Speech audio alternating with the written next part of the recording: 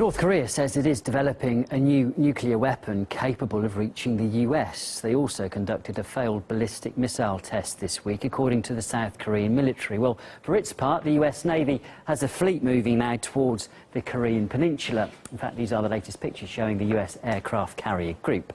It's already within striking distance of Pyongyang, and South Korean ships have all reportedly joined the US for naval drills. Meanwhile, the build-up of tensions at sea were also reciprocated at the UN Security Council.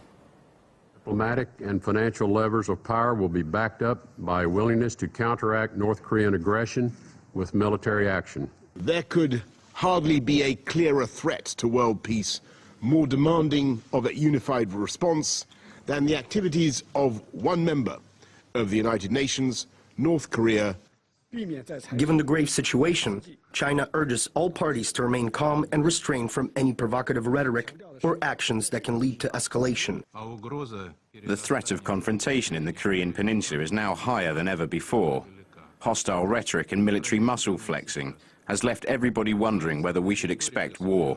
But we want to reiterate that military action is not an option and could lead to catastrophe in the region. Campaigner Bruce Gagnon says that Washington's approach can be put down to greed. One thing, of course, driving all of this is the profits for the military-industrial complex. They're making money right now without a full-blown war. A full-blown war, they'd make a lot more money, but at the same time, the world perishes. I'm not so sure that even the most hardline people in Washington want that. But anymore, it's hard to predict about the United States of America and NATO. If the U.S. attacks North Korea, we're looking at a massive war on the Korean Peninsula that very likely could draw in China and Russia at some point in time. It would spill over, of course, into Japan and many other places throughout the Asia-Pacific region and even beyond.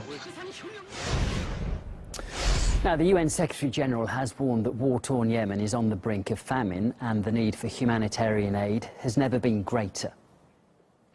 On average, a child under the age of 5 dies of preventable causes in Yemen every 10 minutes. And this means 50 children in Yemen will die during today's conference, and all those deaths could have been prevented. Many of the children who survive will be affected by stunting and poor health for their entire lives. 2 years of conflict between Houthi rebels and a Western-backed Saudi-led coalition have left at least 10,000 people dead in the country. The latest Red Cross report estimates that 70% of the country's population is in need of aid. Yemen is the poorest nation in the Arab world. The UN's also warned the Saudi coalition against any airstrikes on the rebel-held port of Hodeida, as it's one of the main supply routes into the country. The port city has been targeted before, and all humanitarian aid deliveries have been blocked from docking by the coalition amid claims they could carry supplies for rebel forces. Amnesty International fears a new offensive against the facility could begin soon.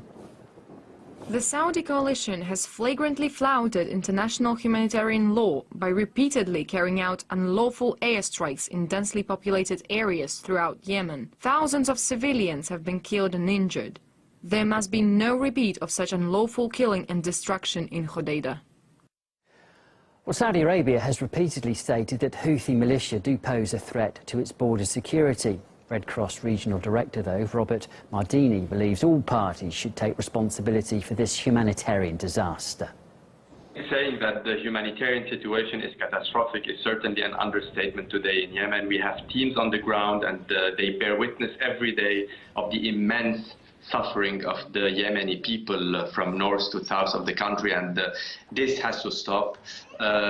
Many things need to happen in order to alleviate the suffering. First, parties to the conflict should respect the rules of war. Hospitals shouldn't be targeted, and parties should take every precaution to spare people from this devastating conflict. Any intense fighting in a densely populated area or a city like Hodeida with 500,000 people living there is a great concern for us, and we always need to remind parties that they need to take every precaution to spare civilians, and there is a need clearly for parties to the conflict to take their responsibilities.